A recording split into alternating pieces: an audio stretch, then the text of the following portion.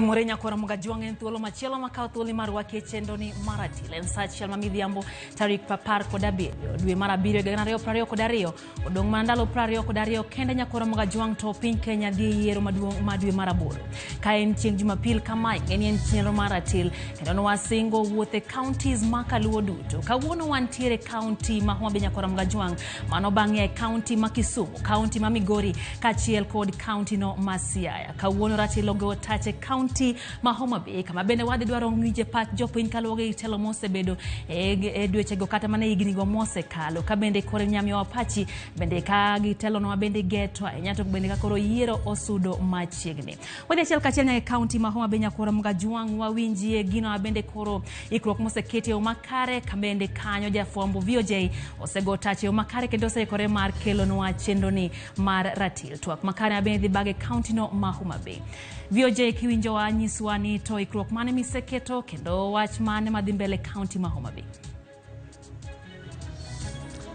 Erokamano nya Lydia awinji maber ahinya odhiambo kawuono koge county ma Homa Bay ka gisewacho ne wachak kod county ma Kisumu wadhi Migori wadhi Siaya kawuono watiyo kod county namba 043 ma county ma Homa Bay county man kod kwan joltombolo maromo 1550 kod achiel kendo e kinde makoro dong' kod ndalo 22 kende to ganda jokanyanam gi Kenya duto wadhi e yiero mar yiero kidienje 6 duto mag telo sera siasa gi singo gin mage ma Homa Bay County geno kuom ji adek masani koro wuok oko mar manyo ko mar governor mabiro support kod duol mar IEBC magi te kawuono wadhi fuono ni to kane pok wabedo kod evolution ne wan kanye to ang'o mosetimore kuom higni 10 ma chal kaka madhi rumo to en ang'o ma Homa Bay County geno e telo manyien magi duto gin mokuom weche maber wadwa fuono ka bende wabro ng'eyo ni to e sub county saboro gi wards 40 ma Homa Bay County oganda ni gang'o gidwaro mage ne telo manyien ma gidwaro rwako tok tarik 9 dwe mar 8 higani Lydia. Erokamano nya Weche mano koya county ma Homa Bay twak mose bagi nyakora mugajuang kendo mana bang' thuolo machuok idhi yudo thuolo mar winjo twak winjie pat jo Homa Bay ge pat gi na kaluwore gi telo no bende giseno gi wangi county no ma Homa Bay bende gimorgo to ka ok gimorgo tang'omiyo ka igeto goyo kura kata luto mbulu en yiero mane ma gidhi timo e yiero mabiro kod sanya nyakora mugajuang wang'ie thuond weche mwaikoni odhiambo makawuono.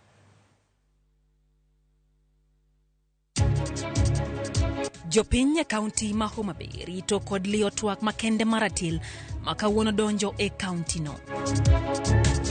Campaign magazimio la umoja One Kenya Alliance kawuono nyonre county ma Nairobi ka Kenya Kwanza olimo county ma Kiambu.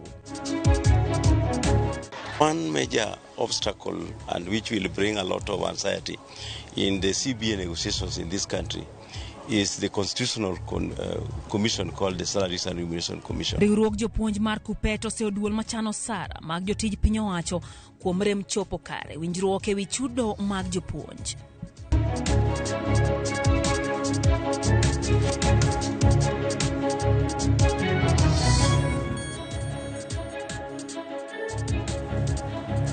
Machiegni nyakora mugajuang erokamano kuom bedo kodwa e chendo ni maratil waikoni weche manyien ahinya to mago mag siasa kodong' mandalo 22 kende to piny Kenya dhi yiero maduong' ma dwe mar 8 kan kenda an kod nyawadwa Winnie Adoyo mabende lokona wechegi nyinga Lydia Okeyo machiegni.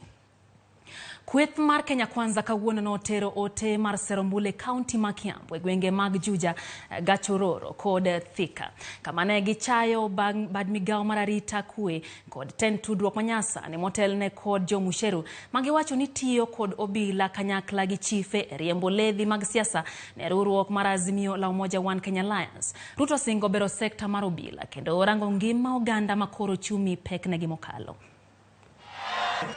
Deputy Captain wetu Mheshimiwa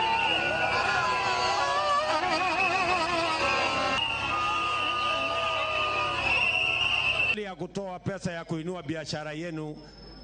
Kenya Kwanza government is going to have a professional police service that will not be doing politics, that will be providing security for the people of Kenya.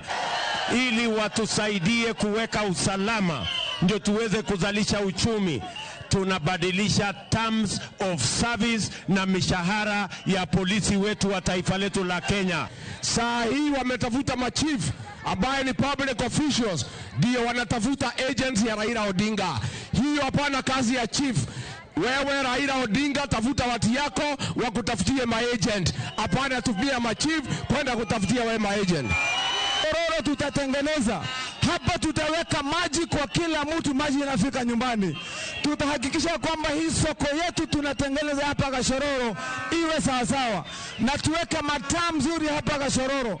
Tuhakikisha kwamba title deeds za watu hapa zote zimetoka. Hii Juja yetu iwe sawa sawa. My friend, wacha kujificha kwa opinion polls.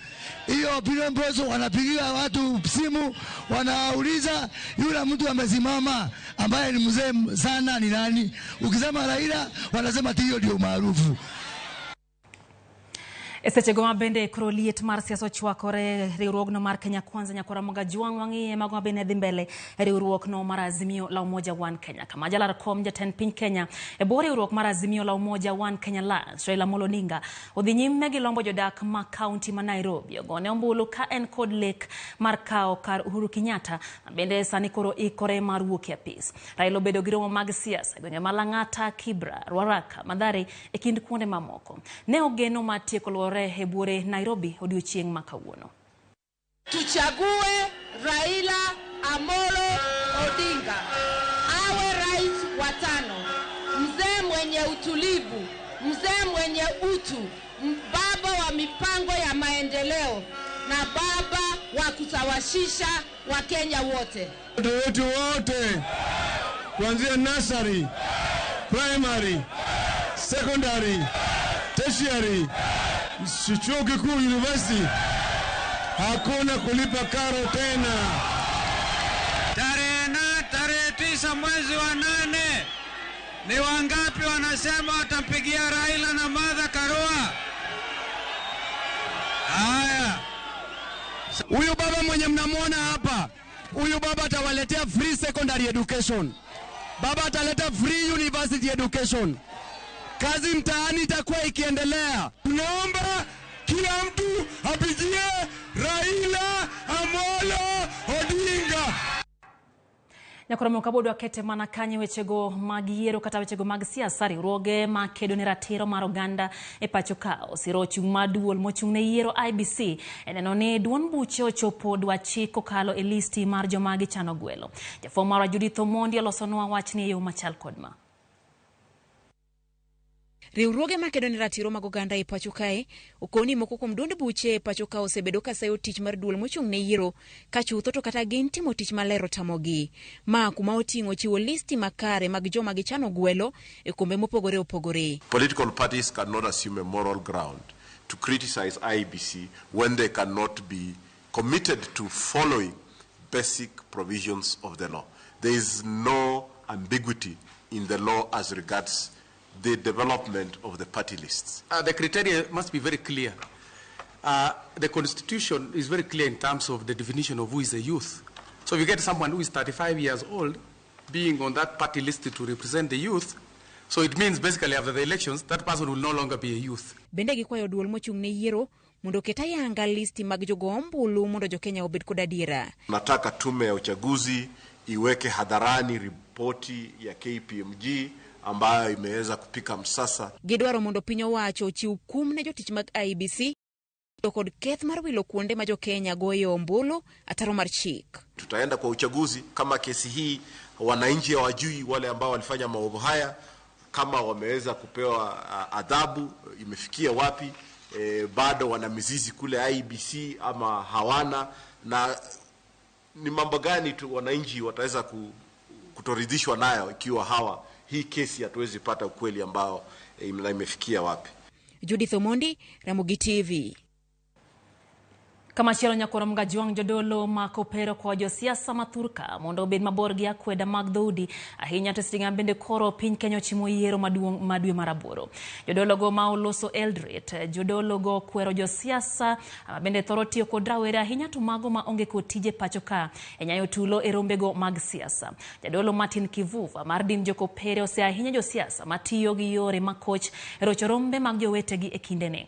Oganda of tribal and we therefore condemn anyone who threatens life by mobilizing young people as a means of causing violence. Kwa dhimbele nyakora mga juang jakom mar ODM John Mbadi okwedo weche mayo wacho kod moko kuom jokanyo maduond riwruok krama mar riwruok mar Kenya Kwanza ne chenro mag campaign mag duond buche mag siasa mar Azimio la Umoja yudo omenda kowuok kuom jogo manokwalo omenda mane oketi mar kedo kod tuo mar COVID-19 e pacho ka. Mbadi mano uwe sub county Mauriri kama no otelo ne kweth mar ODM e chenro mag campaign ne owacho ni Azimio la Umoja tiyo kod omenda maler e yor campaign. Ne okone jalup jatend piny Kenya William Ruto mondo okon jo Kenya jogo manokwalo omenda manoketenge e kedo kod midhusi no nikech en ei piny owacho. Komachielo Mbadi oko oganda e kaunti ma Migori mondo odhi owuog oko mondo miyogo ne Raila Amolo Odinga ombulu kachiel kod jogo ma owal kod otiko mar ODM e kaunti no ma Migori. He is saying that we are receiving donations from COVID billionaires. My question to Ruto, who are these COVID billionaires? You have been the deputy president. Tell us who these COVID billionaires are. Stop propaganda. I am a signatory to ODM accounts, which is the main party sponsoring Azimio la Umoja coalition. And I know that we are funding our campaigns through clean money, donations from friends and political parties' funds. We are not corrupt, and we are going to make sure that this country moves forward. For the first time, one kako gandaluo, one eno kako ruadhi bedetelo. Ngamadi bedetelo en Raila Amolo Odinga. Mondo mi wakonyre. We don't have a problem with all the candidates mokomodaro governor kata mauderogo. But wadwaro ngama nyalo dhi winjore gi Raila. Wakikete tenge weche go mag siasa nyakoro mga juang wang'ie mago motudre kod weche mag somo wadhi nyake kaunti ma Migori. Kama riwruok ma jopuonj ma ong'ere kaka KUPPET koro ywak ni duol no ma ochung' ne weche osara ma ong'ere kaka Salaries and Remuneration Commission koro thiro kang mar keto e tim winjruok mane gichopo e kod piny owacho ma ong'ere kaka CBA 2022-2024. Jagoro maduong' mar riwruok mar jopuonj KUPPET Akelo Misori mano riko wuo e kind romono ma jopuonj e bwo riwruok gi mar KUPPET bade ma Migori no wacho ni duol mar SRC obiro kod chike moko ma bende ema koro thiro kang mag keto e tim winjruogno. Kata kamano wacho ni pod gibiro dhi nyime kod twak kod jopiny owacho bang'e yiero maduong' mar higani mane winjruogno oket e tim ne jopuonj. Major obstacle and which will bring a lot of anxiety in the CBA negotiations in this country is the constitutional commission called the Salaries and Remuneration Commission. It tries to take advantage of the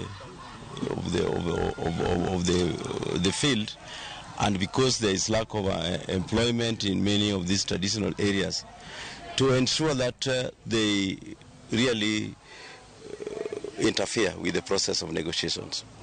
Even currently they have written to Parliament and the issue was deferred, that they want to put certain conditions.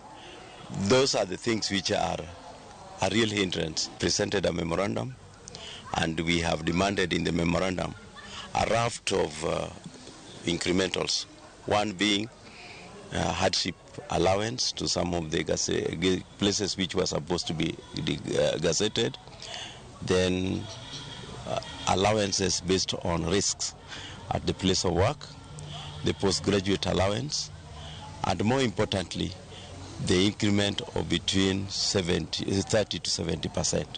We are being told that what is hindering the development of hardship benefits is because they have not been gazetted. So we are urging the new parliament coming on board after 9th to take to work with haste to ensure that these barriers are removed.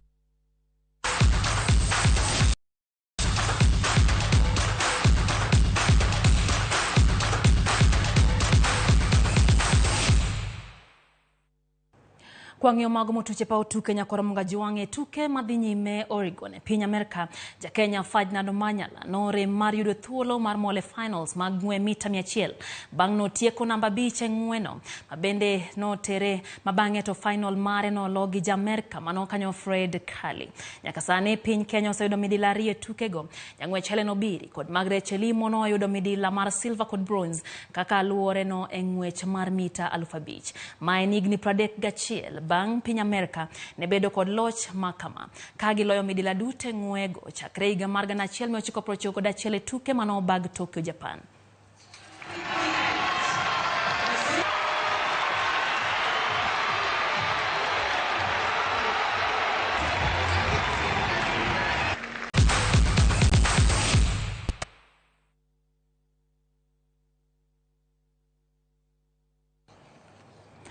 Nyokoro mga juang kodong manandalo 22 kende to piny Kenya dhi yiero maduong' madwi maraboro.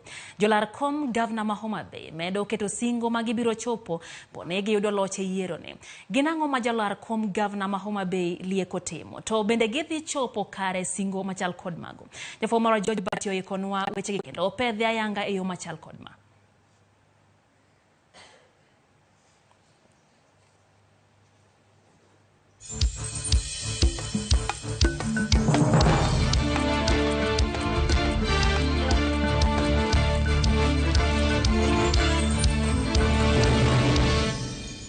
Homa Bay County namba 43 gi kwan mar ji ma ok tinne milion 1,131,950 kaluwore kod duol mang'iyo kwan oganda e duoko margi mag 2019 kod lach mar lowo maromo kilomita 3,154.7 koriw.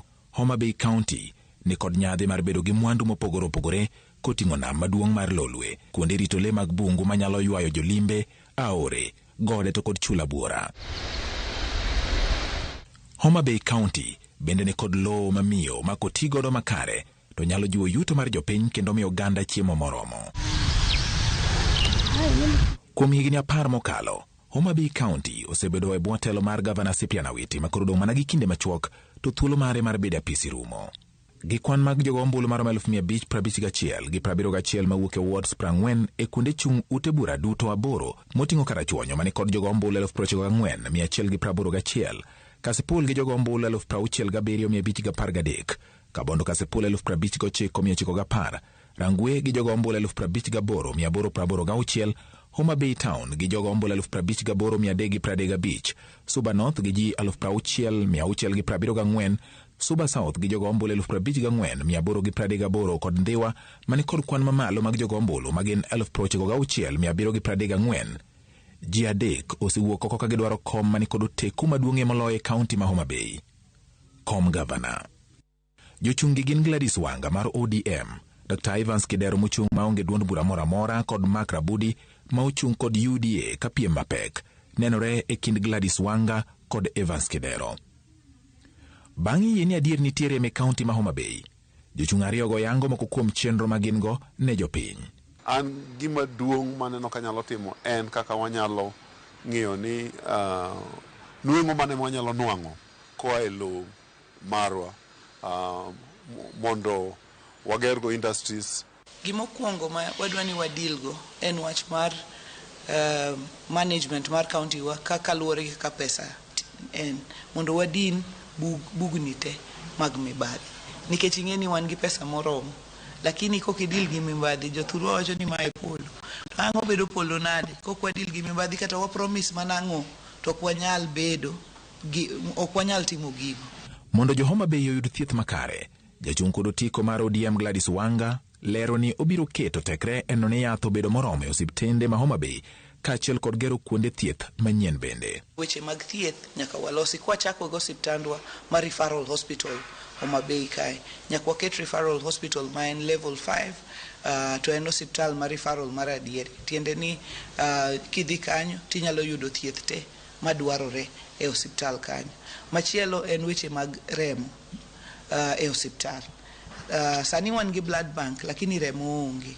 Osiptende wa mag sub county obed level 4. Tienane kidhi inya yudo MRI, inya yudo CT scan, X-ray, inya yudo laboratory matiyo, to yedhe te biyudo kanti osiptal. Ka ng'ato tuo e chula mfangano kata remba kata ringiti, onge ambulance manyalo kele mbita kanti emergency.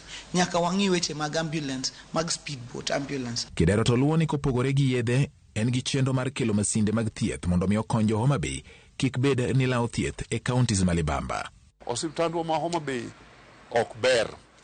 Nyaka wagere mondo bede kiwango mag osiptende manyien masani, mantiere gi departments te, mantiere gi medical, kaminya lingi adundo, kaminya lingi korji, kamithiedhe nyithindo, kamithiedhe tuoche mag mine, kata kuonde mine nyalo konyore. Abiro hakikisha ni kuom sub-counties waboro, wagero sub-county hospitals.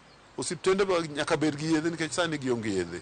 Kato dakteche mana kaka wacho ka. Dakteche nyaka chul, joma tiyo hospital nyaka chul, ok ni kiny ka kiny. Jiogomo. Kaluwore ni yuto mar kaunti ma Homa Bay bende oyiengore kuom omenda mag osuru ma ichoko kowuok kuom johala. Ng'at madhi bedo gavana nyaka koro keto kenge mong'ith mar bero lwasi mar ohala ne jopiny. Gladys Wanga osingo chugo agulu ne joriemb apiko kod jowaswekra mondo mi omigi yot. Economic empowerment mar minewa, economic empowerment mar yudhewa. Kapod waloso kembe ma wadwa nondike jowagi, boda sector nyaka wa empower. Nyaka waneni sani gi kawo loans moko kuonde go to mani malo kabisa interest. Koro nyaka waket fund. Wadwa keto fund mar $1,500,000 ward ka ward. Mondo jo boda obed go gi konyruok. Odhi bedo a total of 200 million in the county. Evans Kedero wacho ni gima nego chuny johala gin yore maricho mag choko suru. Ing'eni Homa Bay en manual, pod gitiyo gi manual systems kaka ne chon. Nyaka waket technology mar computer, magik moko itimo e computer, pesa ichoko gi e computer, pesa itiyogo gi e computer. Mano gima mokwongo, nikech ka ok iketo systems maber, to ji pod biro malore amala. Konwang' ka ng'ato okwalo pesa county, ka ng'ato okawo pesa county, onge thuolo monya yie nego bedo kanyo kata na odiechieng' achiel bang' mano. Nyaka watiek mibadhi, jomibadhi te nyaka wuog e county.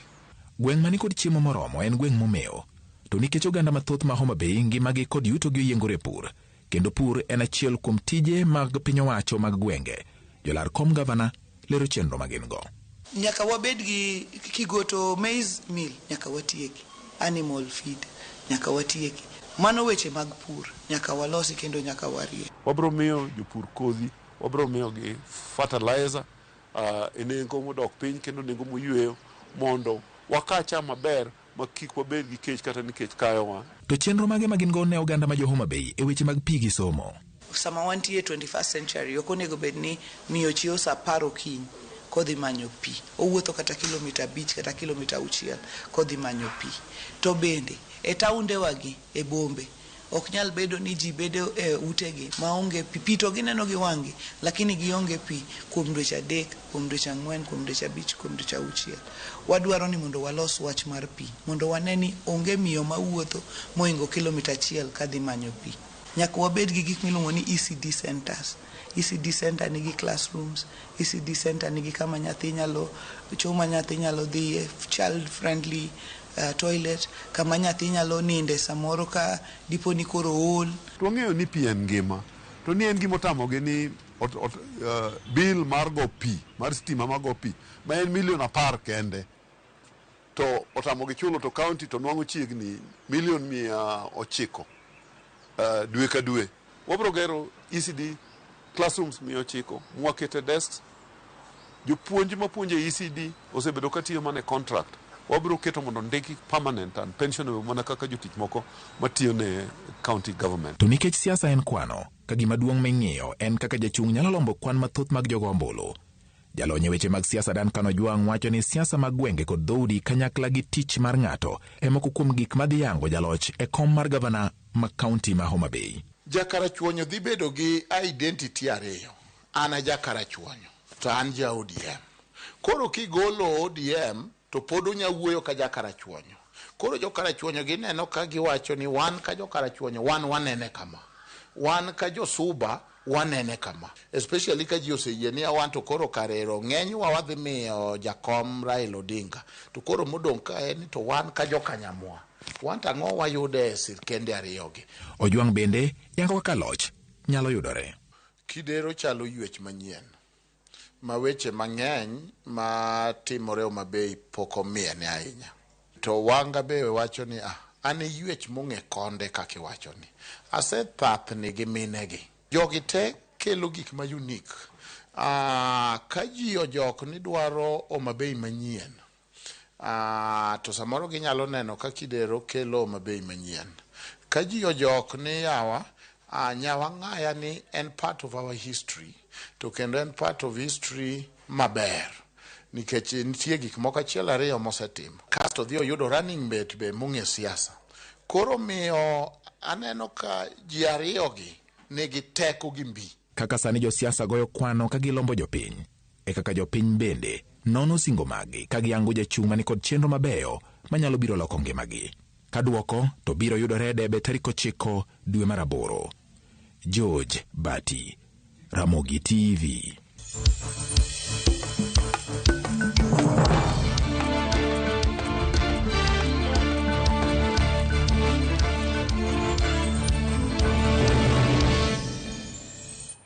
Nyakoromo mano kanyo report molose yo makare gi George Bati mi sigana kata chal mar Homa Bay County ka kanyo bende anyisi ni twako sekore yo makare kanyo gi VOJ.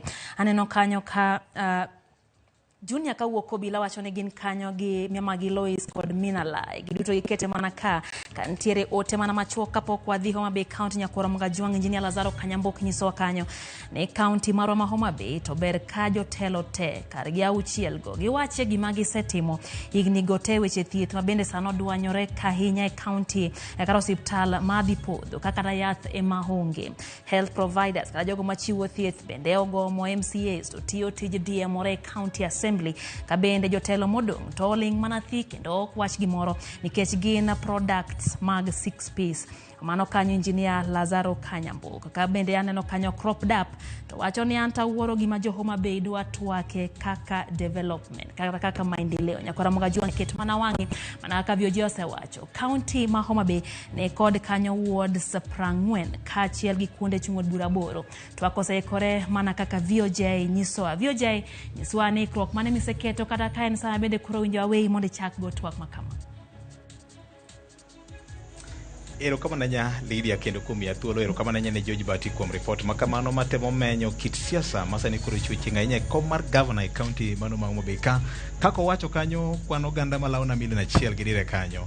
Maduong' moloyo en ni wakawo ywe madundo waduogo kendo wadhi winjo ni to paro mag jopiny mane wachoko masanja e gwenge mopogore opogore county ma gi wacho nang'o kuom telo ma osebedo kaito gi sani to geno mane ma gin go ne telo manyien kete mar Ramogi TV kwa biro ni achiel kachiel ko county Homa Bay.